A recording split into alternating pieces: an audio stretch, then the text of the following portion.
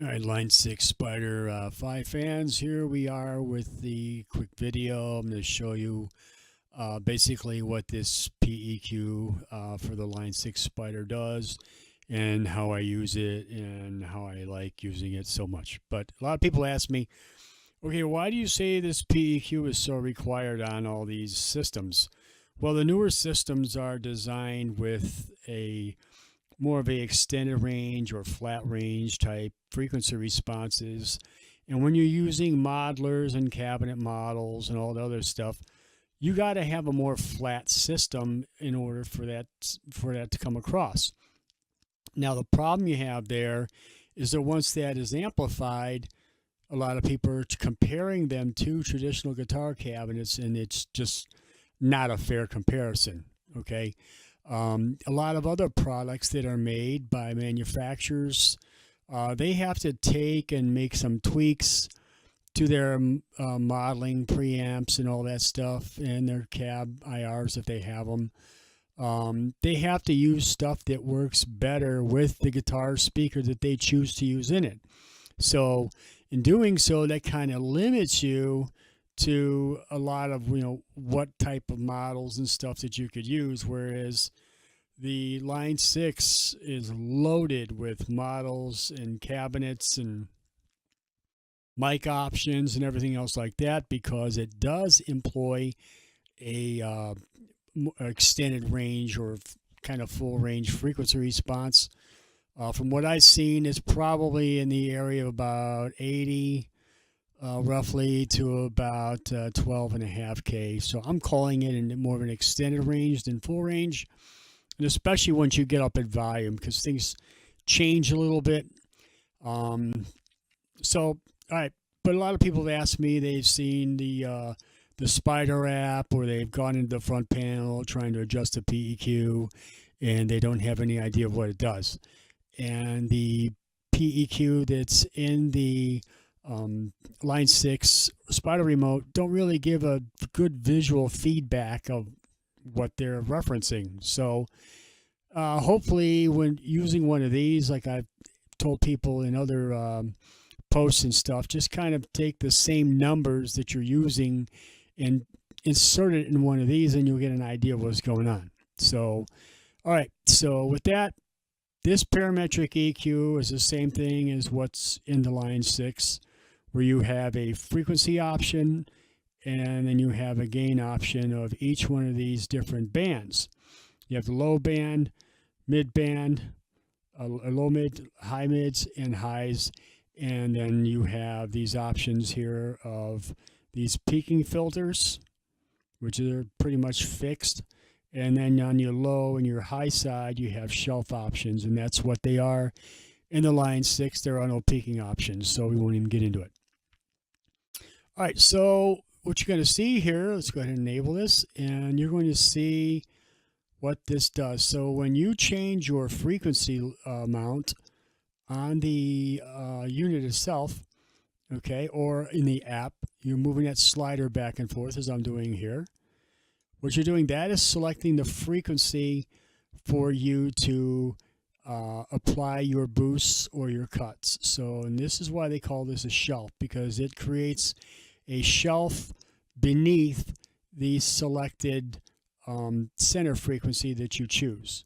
Now they call it a center frequency, even though it's not quite center, but look at this whole thing is, it's not linear. This is a logarithmic setup, and that's pretty much just how audio works. But I won't get into a lot of math on that. So just here we go. We have this here. This is your first shelf. And then the next one we have is this low mid peaking EQ, and you'll see what it does. Okay, it's not as dramatic as this, but you can see you can cut and you can boost plenty of signal with this. Okay, the next one is it does the same thing. Okay, so whatever your center frequency is, that's the top of the mountain. Okay, and if you're cutting this way, all right, that's what your cutting frequencies above and below this point right here that you choose. So like I said, if you choose like this one here is at 1700, you're cutting frequencies all the way about to just below 1K, and then up to about 3.2K, somewhere in that region there. All right, but when we're using this utility, we're really not going to be doing a lot of cuts. We're going to be doing more boosts because we're trying to put the energy back into the system that is lacking in the full range response. Now, line 6 gives us plus or minus 12. You're not going to want to go down like this on the low shelf because you're going to just kill all your bass, and that's not what you want to do. So typically you're going to be somewhere in this zone here around the 230, 250, 260 range, where you're going to set this for a lot of different speakers. Now, I wouldn't worry about this back here, okay, because essentially the speaker response is not down to 20 hertz, so you're not even going to hear any of this mess. All right, so I think it starts to roll off at about 80 and then drops significantly down here just past 50. So 50 hertz will get in, but like I said, since this is a shelf, and that's why line 6 did that, they used a shelf instead of peaking filter, because it's going to cover more territory on that low side. It's a good option, good choice that they did. And then you come over here and you have the high shelf. That's your last one, and it does basically the same thing that the low shelf does. Now what you're going to see is you see all these different graphical representations, these different colors, and how these things all work together. And how they work together is creating this white line here. This is the actual reference of the sound that's going to be played back. So I have an example here. I have a twin that we recorded with the line 6 with the PEQ off, and we're going to shut this EQ off. We'll set this up so we can play that back. Let's go ahead and put that back out there. This is disabled, so we'll go ahead and play this.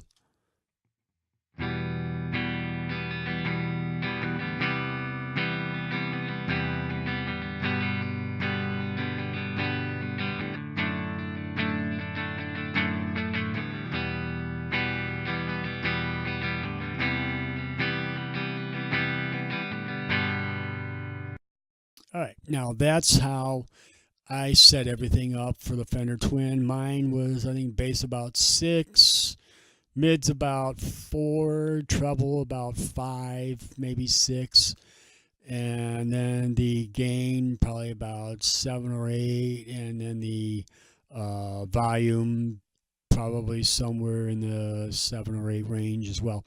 How I normally would use, a twin model, for most other products and stuff.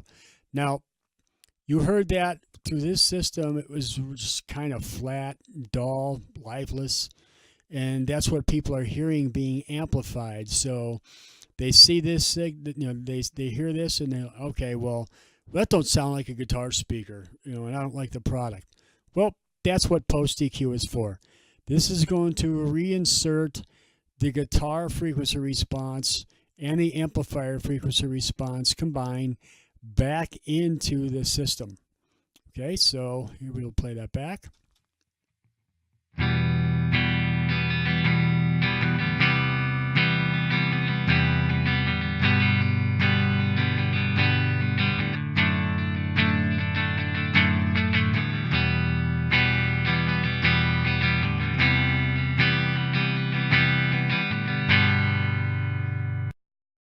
All right, to me, that's a much more workable tone, all right, versus, what that flat sound was before.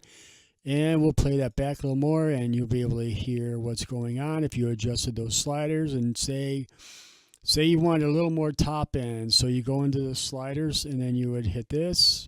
And you would add a little more gain to that top end.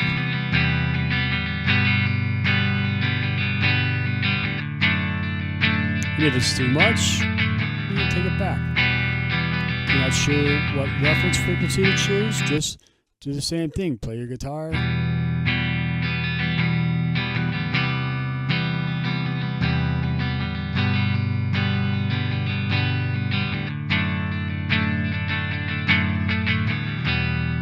for me, my twin kind of lives in this region, but everybody's different. So then you can also take this and you could modify this as well. You're going to bring this low mid down, and you're going to cut even more of the mids out in this region, which is just carving this out, and then you're creating this little bit of a region here, not much, and then back up to cover the low end.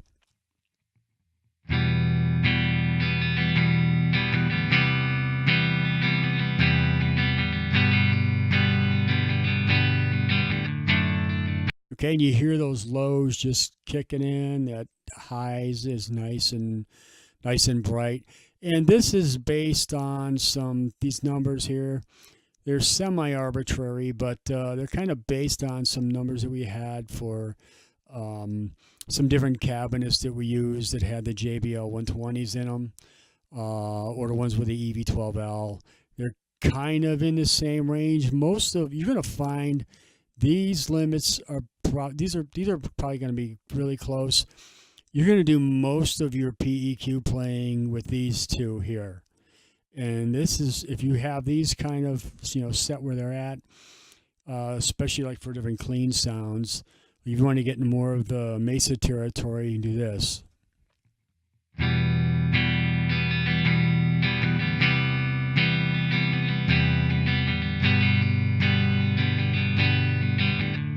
See where it's got a little more top end sparkle, but it doesn't have a lot of mids.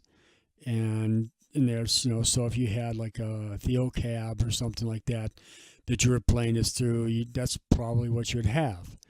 And then if you had other cabs, I believe the Altex, they spike somewhere around 620, somewhere around there. So given that reference, and then another one I'd probably put, in this area here. So for the old classic Altex that were in these, here you'd have this.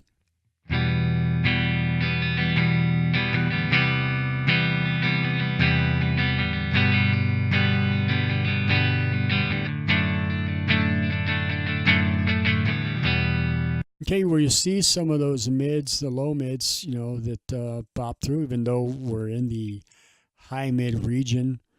Okay, you can see what I've done. I've talked about this before, where these get to play nice together, and they do. So they don't have to be like, used in the sequence. I like to use them this way because this has more, it does more out here when you're making cuts. And sometimes I want to make more fine cuts this way than I do here. And for some reason, I don't know why, it don't make sense, but for some reason these high mids, when they're over here, they don't work the same way. I don't know if I can kind of draw that example, but to me, they don't seem to kind of work the same. This slope's a little different now for some reason, because it's just a way that they're employed in there. So I like this one to be where it's at, and bring these bring the low mids out. And now, see when you carve, it's a little differently for some reason. I don't know why. Probably because of the logarithmic nature of this whole thing. But it's a crucial element because of where these things reside. All right, so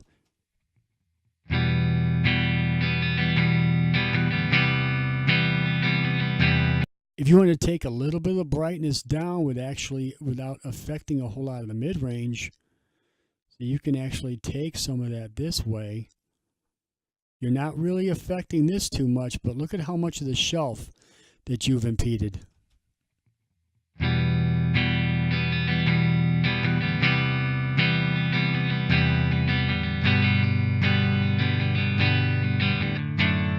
So, like again, you can't see this reference waveform. I wish you could on the PEQ that's in there, but hopefully this gives you a better understanding now of how to apply the same principles to these sliders that are on there, and understand mostly that you're going to be playing around with these two if you keep these references very, very close. Okay, and a lot of times you're not going to be sitting up around 12 dB. You're going to be more in this area here in like 6. Okay, so, and then you might be making some lesser cuts over here with these down.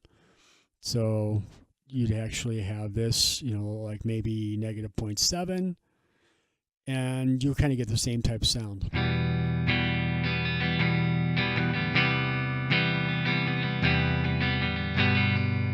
But even if you wanted the high frequencies, dampened a little bit, you can accent that by bringing the bass side up.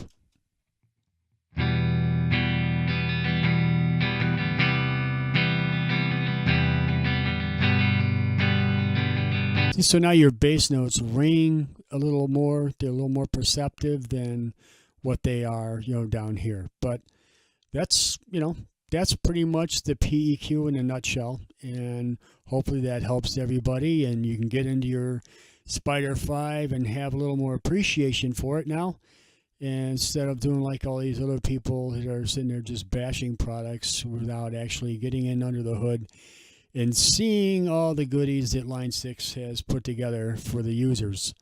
Now, a lot of that, I believe, is Line 6's problem for not having a user manual. They just don't. And, the little pilot guides are cute, but they're not very informative. So I'm going to be doing a bunch of series on the, the use of this in the app, and I'll have another video that shows like how to use the app and all the other stuff. But this has been the first thing that many people have asked about, is this PEQ. So stay tuned for this and the second video, which is going to demonstrate using the PEQs with different amp models, Marshalls and stuff, and then showing you how to fine tweak some of these mid-range frequencies. All right, so, all right, have a good one.